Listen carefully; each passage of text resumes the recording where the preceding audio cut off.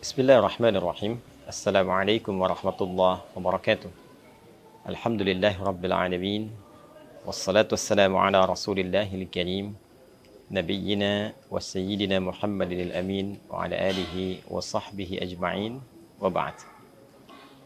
Saudara-saudariku, shaimin, shaimat, dimanapun berada, alhamdulillah, seluruh curahan nikmat yang Allah anugerahkan kepada kita semua selaku hamba-Nya sampai detik ini telah mengantarkan kita khususnya dalam perjalanan waktu ke 10 hari di penghujung Ramadan 1445 Hijrah.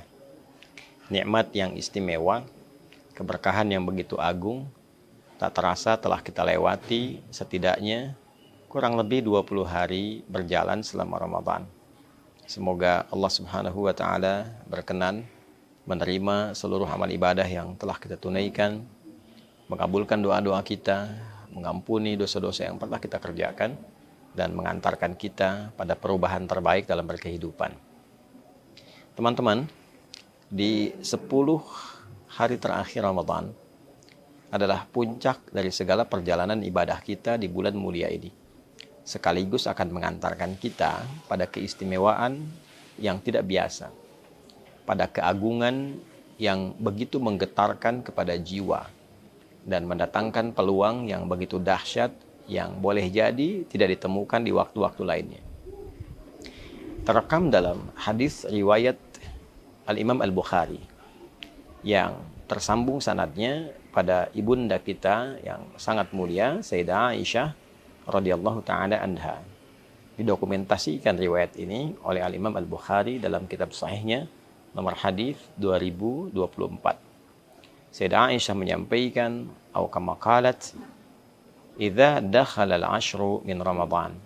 Di riwayat lain, idza dakhalatil ashru, jika telah tiba 10 hari terakhir di bulan Ramadan, syadda an-nabiyyu sallallahu alaihi wasallam mi'zarahu wa ahya lailahu wa aiqadha ahlahu. Adalah Nabi sallallahu alaihi wasallam memiliki kebiasaan beliau mengencangkan sarungnya, kemudian beliau menghidupkan malamnya, dan beliau membangunkan keluarganya. Tafsir ulama, terutama para pakar hadis, dari 3 kebiasaan Nabi SAW ini memberikan satu kesimpulan bahwa ada yang istimewa di 10 hari terakhir di bulan Ramadan, sampai Nabi mengencangkan sarungnya. Ini gambaran dari 2 hal.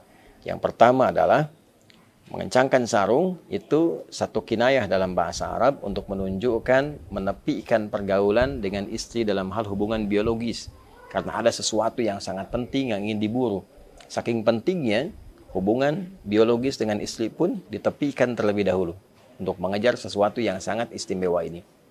Ini juga menggambarkan bagian kedua, sesuatu yang disimbolkan dengan pengencangan sarung yang biasa digunakan untuk beraktivitas ibadah, menunjukkan peningkatan ibadah yang lebih dari sebelum-sebelumnya. Kuatkan lagi, kencangkan ikat pinggang. Itu artinya kita menyiapkan sesuatu pada sesuatu yang penting, yang ingin kita tambah durasinya, tambah kualitasnya, tambah kuantitasnya. Maka ketika Nabi disebutkan mengencangkan sarungnya, ini menunjukkan bahwa beliau ingin meningkatkan kualitas dan kuantitas ibadahnya dalam rangka pendekatan lebih kepada Allah Subhanahu wa Ta'ala di 10 hari terakhir. Lalu ahya lailahu, beliau menghidupkan malamnya. Malam dihidupkan, keterangan para periwayat menunjukkan bahwa satu, peningkatan ketaatan kepada Allah Subhanahu wa Ta'ala. Menghidupkan malam bisa berarti menghidupkan dengan sholat. Ada tambahan yang kelak kita bisa bahas di pertemuan yang lain tentang kebolehannya menunaikan sholat malam setelah sholat tarawih. Secara teknis kita akan bahas di pertemuan sesi yang lain. Bila ditutup dengan witir, bagaimana teknis malamnya. Bila witir diakhirkan, bagaimana teknis pembaginya. Secara singkatnya, Nabi menghidupkan malam-malam di akhir Ramadan ini dengan ibadah, dengan ketaatan. Boleh jadi dengan tilawah Al-Quran. Karena hadis-hadis mengungkap satu rahasia bahwa Nabi SAW setiap malam Ramadan didatangi oleh malaikat Jibril, dibimbing untuk tadarus, bisa membaca, bisa mengkaji, bisa juga dibimbing untuk pemahaman makna. Ini menunjukkan malamnya hidup. Wa aiqadha ahlahu, dan beliau membangunkan keluarganya. Beliau menginginkan tidak hanya sebagai pribadinya yang saleh, tapi juga memberikan keteladanan pada umatnya, keluarganya dibangunkan, dihidupkan, dan diarahkan untuk meningkatkan giat rutinitas di malam-malam Ramadan. Para pakar merinci yang dimaksud membangunkan keluarga ini adalah mengarahkan mereka untuk meningkatkan sholat di malam-malam Ramadan. Pertanyaannya teman-teman, apa yang menjadikan kegiatan ini begitu kuat dilakukan? Motivasi apa yang menjadikan Nabi SAW memberikan contoh langsung kepada kita dengan mempraktikkan hidupnya malam-malam 10 terakhir Ramadan, hidupnya hari-hari 10 terakhir Ramadan? Tiada lain, para ulama menyimpulkan bahwa terdapat keistimewaan yang kiranya belum tentu didapatkan di 10 hari pertama, 10 hari kedua di bulan suci Ramadan itu. Apa yang bisa diraih di 10 hari terakhir ini? Beberapa ulama merinci keterangan yang disambungkan pada riwayat-riwayat yang sahih dari Nabi SAW adalah yang pertama, peluang yang sangat besar untuk mendapatkan malam Al-Qadar. Malam Al-Qadar tentu kuasa Allah untuk menurunkannya. Bisa di awal Ramadan, pertengahan Ramadan, atau bahkan akhir Ramadan.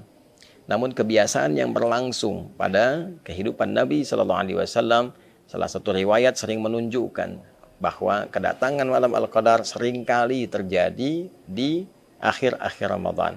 Tepatnya di antara 10 malam-malam akhir Ramadan.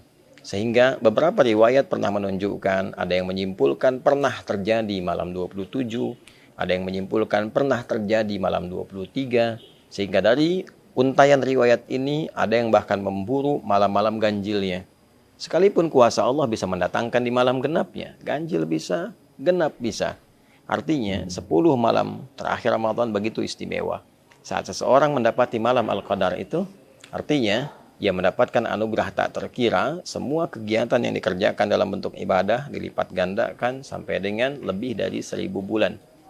Bila 1000 bulan saja kita konversi, setidaknya ada 85 tahun, maka sekali baca Al-Quran, satu huruf nilainya sama dengan 85 tahun kita membacakan itu.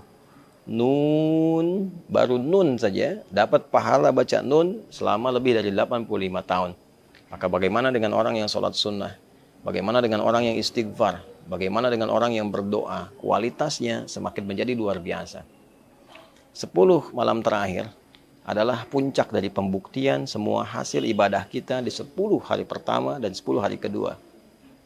Saya sering gambarkan kalau orang sudah merasakan nikmatnya satu makanan, tentu dia akan berburu lebih kuat lagi tentang makanan itu.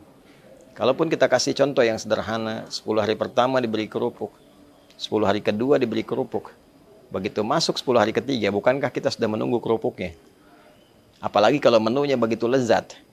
Maka orang-orang yang menikmati 10 hari pertama, 10 hari kedua, dia akan semakin mengencangkan ikat pinggangnya untuk menghidupkan 10 hari terakhir, karena ini puncak Ramadan. Belum tentu bertemu dengan Ramadan di tahun yang akan datang.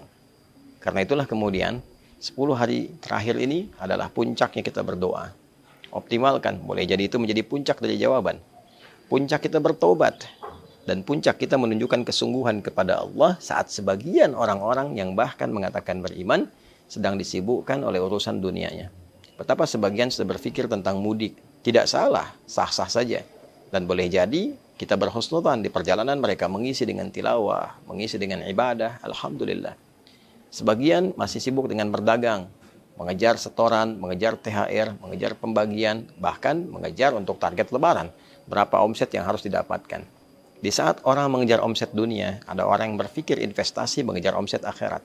Maka dia tukar dunianya untuk mengejar akhiratnya. Dan itu luar biasa. Pada saat itu bisa kita lakukan, maka rahmat Allah turun dengan lebih luas di situ. Pertaruhan antara akhirat kita yang meninggalkan sementara kegiatan dunia, atau kita tarik dunia menuju akhirat, itulah yang berpeluang besar menghadirkan rahmat Allah sehingga mampu membebaskan kita dari ancaman neraka. Itu sebabnya 10 hari terakhir sebagian ulama berkomentar bahwa ini potensi besar untuk membebaskan kita dari jeratan neraka. Itqum minan nar. Bila 10 hari pertama rahmat begitu banyak, 10 hari kedua maghfirah, peluang ampunan, kesungguhan ditunjukkan, maka 10 hari ketiga adalah fokus peningkatan, pendekatan kepada Allah sehingga kita bisa mampu meningkatkan diri dengan berpeluang besar mendapatkan rahmat Allah yang membebaskan kita dari ancaman dan jeratan neraka. Saudara, Allah memberikan kesempatan pada kita berulang tahun, berulang waktu datangnya Ramadan. Mungkin yang sebelumnya belum optimal, sebelumnya lagi belum bisa maksimal. Jika Allah sudah berikan berulang selama hidup sampai detik ini belum mampu kita manfaatkan, berapa Ramadan lagi yang kita butuhkan untuk bisa mengoptimalkan diri kita mendekat kepada Allah Subhanahu wa taala. Semoga 10 hari terakhir ini kita mendapatkan keistimewaannya, kita meraih peluangnya, dapat malam Al-Qadar, dapat ampunan dari Allah, terkabul doa kita, dan diberikan oleh Allah kebahagiaan untuk kembali kepada fitrah, menyongsong Idul Fitri yang lebih baik untuk diri kita, keluarga kita, masyarakat kita, bangsa, negara kita, dan khususnya umat Islam di dunia ini dan kehidupan berperikemanusiaan dalam skala yang lebih luas. Rabbana taqabbal minna innaka antas sami'ul alim wa tub 'alaina innaka antat tawwabur rahim. Wa sallallahu ala sayyidina Muhammad wa ala alihi wa sahbihi ajma'in. Wa akhiru da'wana alhamdulillahi rabbil alamin. Adi Hidayat Mira. Assalamualaikum warahmatullahi wabarakatuh.